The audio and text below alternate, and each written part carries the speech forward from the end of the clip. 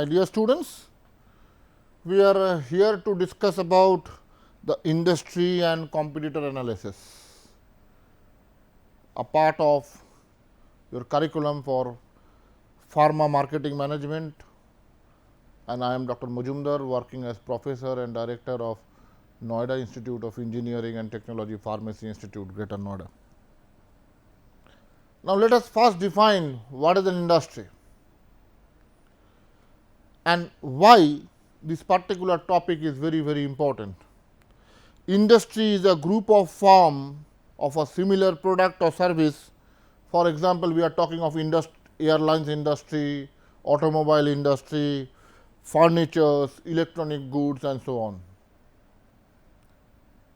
Question is why this analysis is so much important. The analysis is so much important because once it is determined that a new venture is feasible in regard to the industry and market in which it will compete, a more in-depth analysis is needed to learn the ins and outs of the industry. Say for example, if you are wanting to launch a new company of your own, you should have a complete purview, a eagle's viewpoint of where you are trying to launch,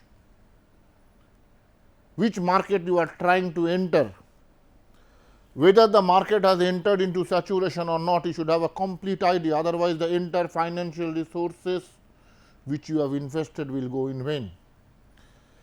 The analysis helps the firm to determine if the niche market is identified and it is feasible and favorable for our new firm. We will be studying the various industries, the various situations where in fact which you have to study before you are entering into the product. Now, there are factors related to the firm, includes the firm's assets, products, culture, teamwork which exist among the employees, the reputation, the resources which a particular individual firm or a company has. On the other hand, industry level factors include number 1, the threat of the new entrants, number 2, rivalry among the existing firms, number 3, bargaining power of the buyers and other related factors. You need to have a complete idea about both the firm level factors as well as the industry level factors before you are launching your product or launching your company. A very important aspect for those students who are having a plan to be as an entrepreneurs.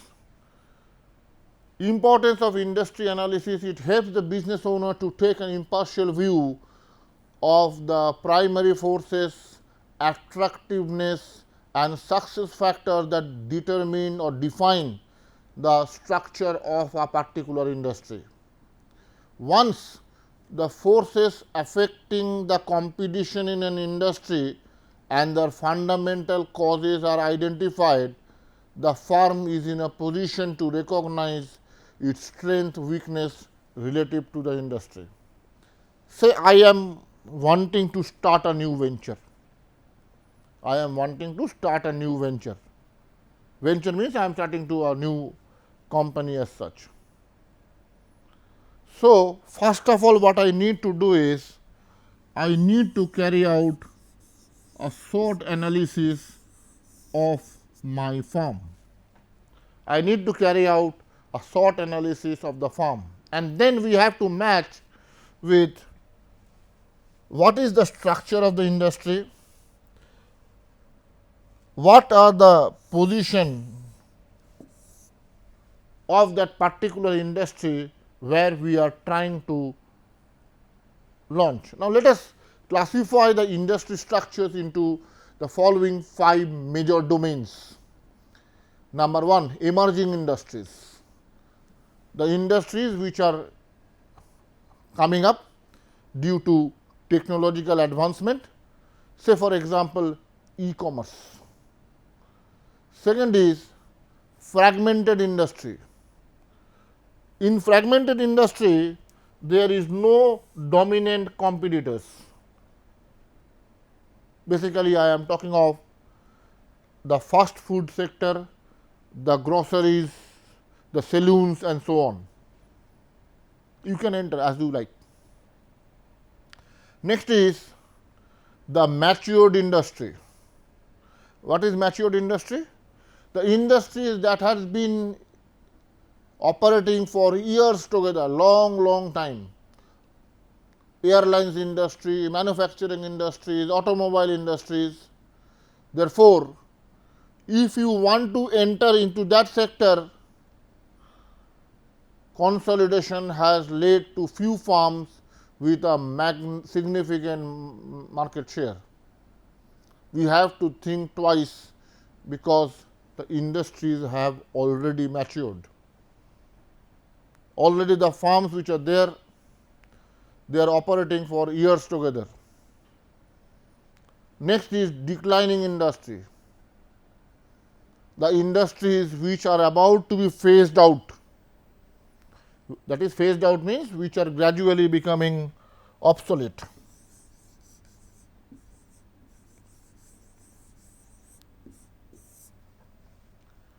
Say for example, photographic films, Kodak. How many of you use Kodak whenever we are taking a photograph? Maximum of us are using a mobile. Say for example, newspaper, the printing press. Gradually, there is a decline of that particular industry. Circus. When we were young, we used to enjoy the circus, particularly during this winter. But if you talk of the current days, hardly any people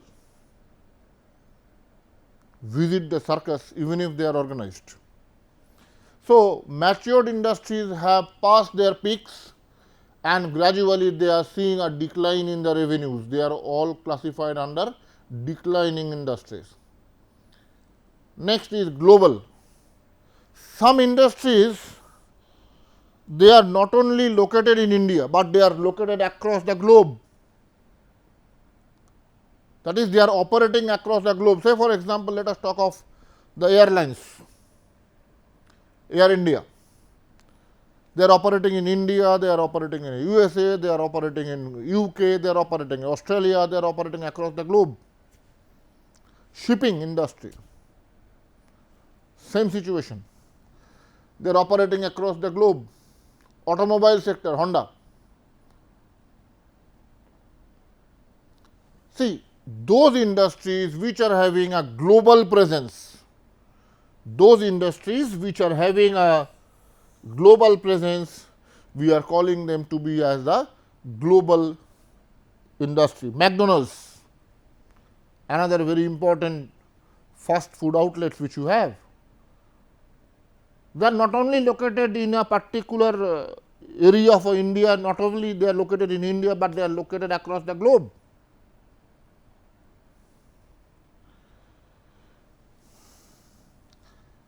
Emerging industries, industries in which the standard operating procedures have yet to be established. The one which I gave you an example a few minutes back for e-commerce. In fact, this emerging industry is the maximum lucrative industry for a new entrant, for a person who is entering new. Fragmented industries, industries that are characterized by a large number of firms of approximately equal size. Opportunities are consolidation, mergers and acquisitions. Already the industry is broken up into very small pieces. So, if you are trying to merge with each other, you will get a greater revenue. Mature industries, the industries that are expecting slow or no increase in demand. For mature industry, the opportunities are process innovation and after sale service innovation. These are very much required for a industry which is already mature. Lastly, the declining one, the one which is gradually moving down, phasing away, the opportunities are you have to create a niche market. The term niche market means a very new market which is unexplored till now. Very new market which is unexplored till now. Very good leadership, establishing a niche market and pursuing the cost reduction strategy is helpful for our declining industries. Now, we are having a 5 competitive force model, where there is a threat from the new entrants, threat from the substituted product, rivalry among the firms which are already existing in the industry, a fantastic bargaining power from the supplier, as well as a very good bargaining power from the buyers. These are the 5 forces model. These are the 5 major threats which a company face when they are coming up. Let us study individually what threats of substitute or new entrants means.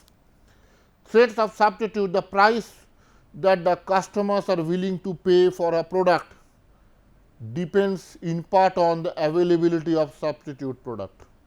If the customers are getting a substitute product at a lower cost, automatically they will go for that, unless the product is very essential, say for example drugs. In fact, that is the reason why pharmaceutical sectors are so profitable. In contrast, when a close substitute for a product already exists, the industry profitability is bound to be suppressed, because the customer will opt out if the price gets too high due to any factor, due to the bargaining of the suppliers, due to any other factors. If the price is very high, be rest assured the customers will migrate to other substituted products. Next, the threat of new entrants. A new team is coming. If our firms in an industry are highly profitable,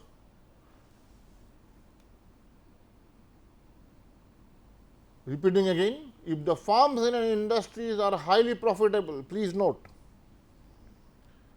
if a particular market, if a particular industry is very highly profitable, all of them try to enter, because they want to eat the cake. If the firms in an industry are highly profitable, the industry becomes a magnet for the new entrants. Unless something is done to stop this, unless there is some regulatory barriers, this competition industry will gradually increase, and when the competition increases, the average profitability is bound to go down. Firms in an industry try to keep the number of new entrants low by erecting certain barriers to entry. They are preventing certain guidelines. They are preventing the entry of the new entrants.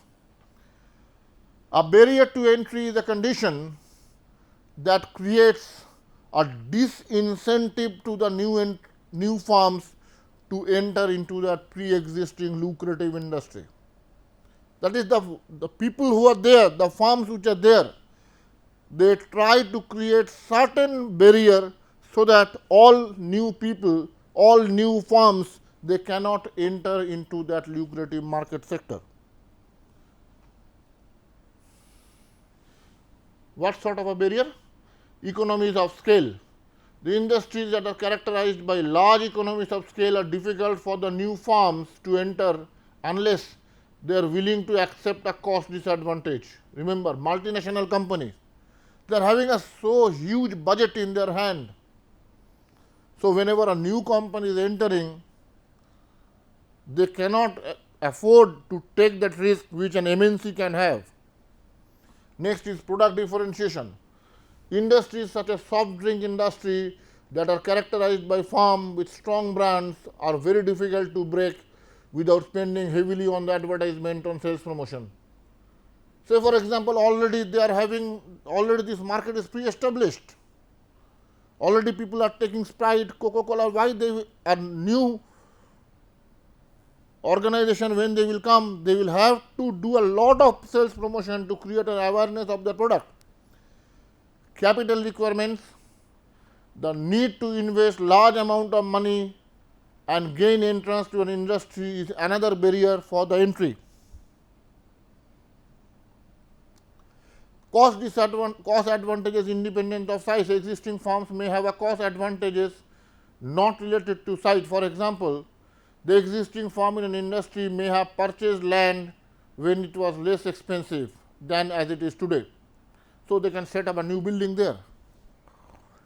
Access to distribution channel. Distribution channels are very hard to crack up. This is particularly true in a crowded market where this store market they are generally located. The other barriers to entry may be a government or a legal barrier, where the government, they are trying to prevent the entry of other parties. Industries mainly include the broadcasting industries. They require granting of a license by a public authority to compete. Balance and number of competitors. The more competitors they are, the more likely is that one or more will try to gain the customers of the other, and whenever they are trying to get the customer of the other company, they try to cut down their price. Degree of difference between product. The degree to which products differ from one product to the other affects the rivalry of the industries. Next, we are coming to rivalry among the existing firms. In most industries, the major determinant of industry profitability is the level to which the competition exists among the existing firms. जो existing firms are there is a competition taking place.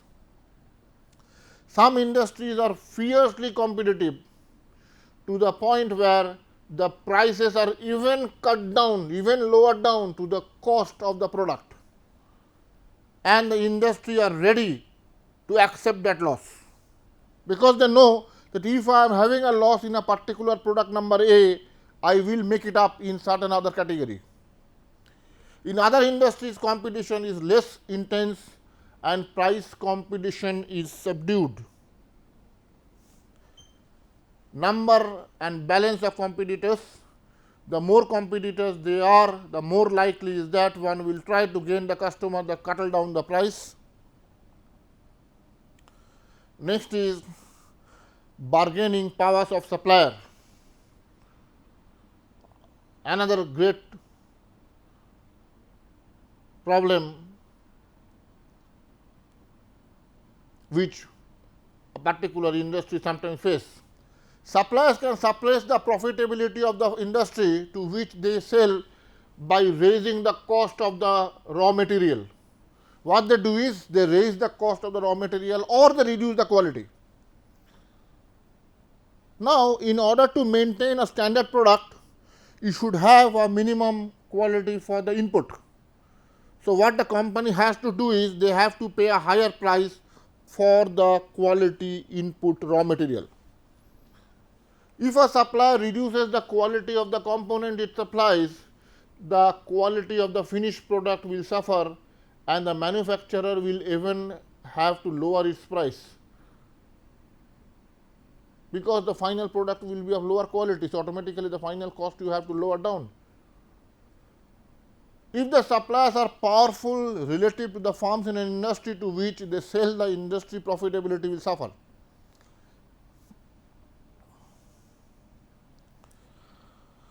Next is similar to the supplier, buyer has having a bargaining capacity.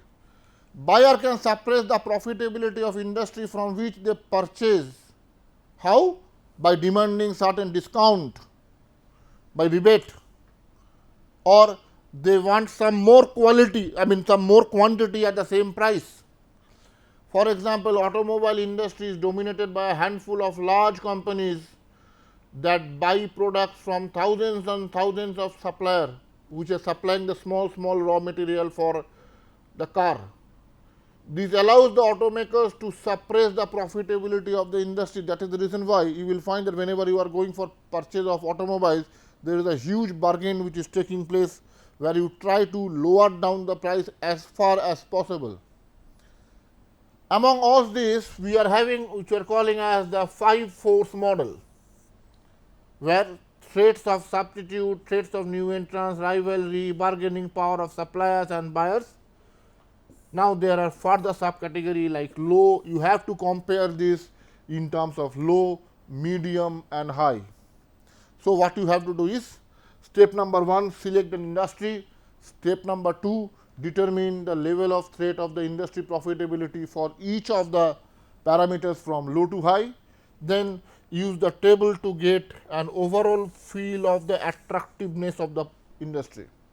If you feel from this table that it is in favor of you, you are in a position to withstand the threats which your company may face, so automatically you should push on. The second application is the industry a realistic place for new venture? If your answer is no, straight away deny and try to go for a new venture.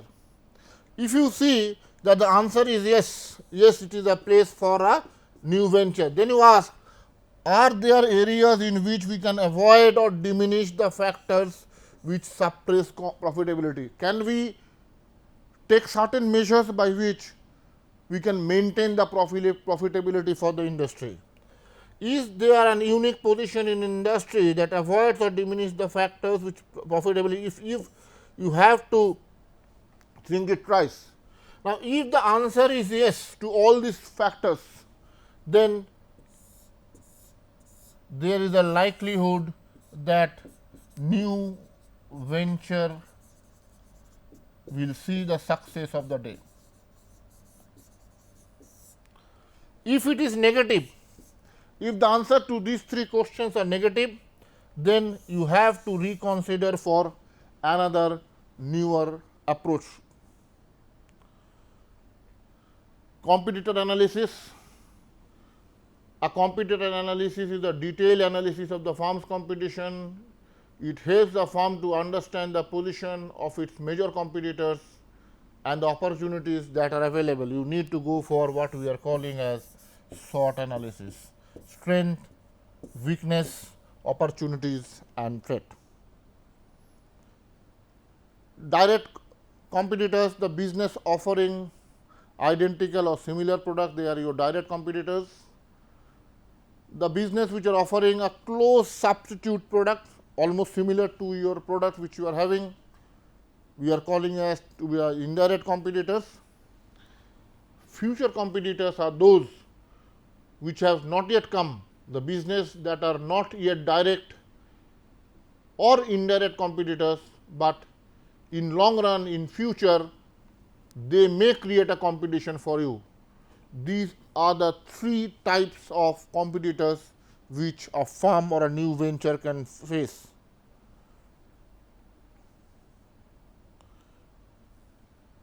Elements of competitor analysis: current strategy or positioning you have to see. You have to analyze your competitors, information about your competitors as they have to communicate with the potential customer. See, you have to deal, you have to explain, you have to convince the customer. So, you should have a complete information of your competitors. That is what we are calling as the competitor analysis. In fact, we are calling it to be as the competitive intelligence. What is competitive intelligence? To complete a complete competitive analysis grid, a firm first understands the strategy and behavior of its competitors. Number 1. The information that is gathered by a firm to learn about its competitors is referred to as competitive analysis.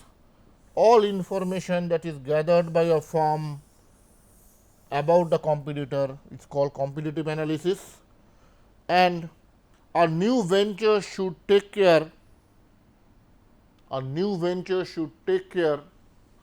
that it collects all information about the competitive analysis in a professional as well as a ethical manner.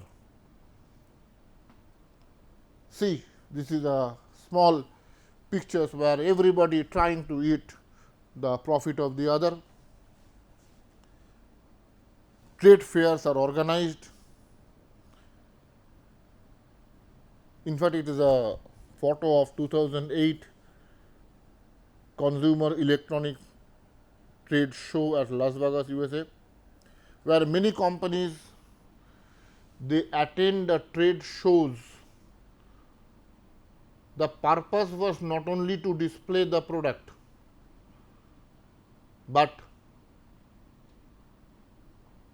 you will be surprised to know that their main purpose was to see what the competitors are doing.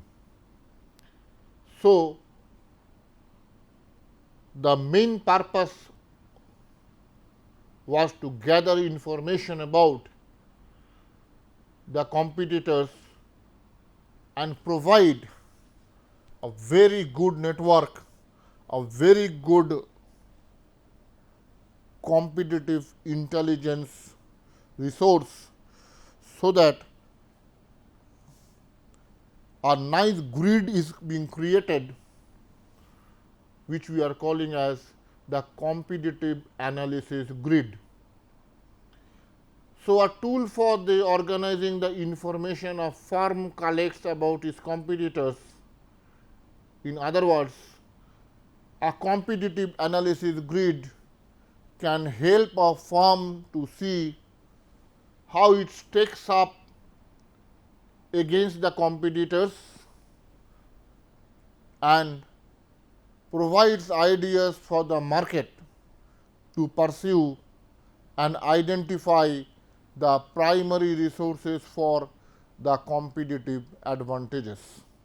So, the main purpose of this competitive analysis is number one, how it stacks up against the competitors to provide the ideas about the market to pursue,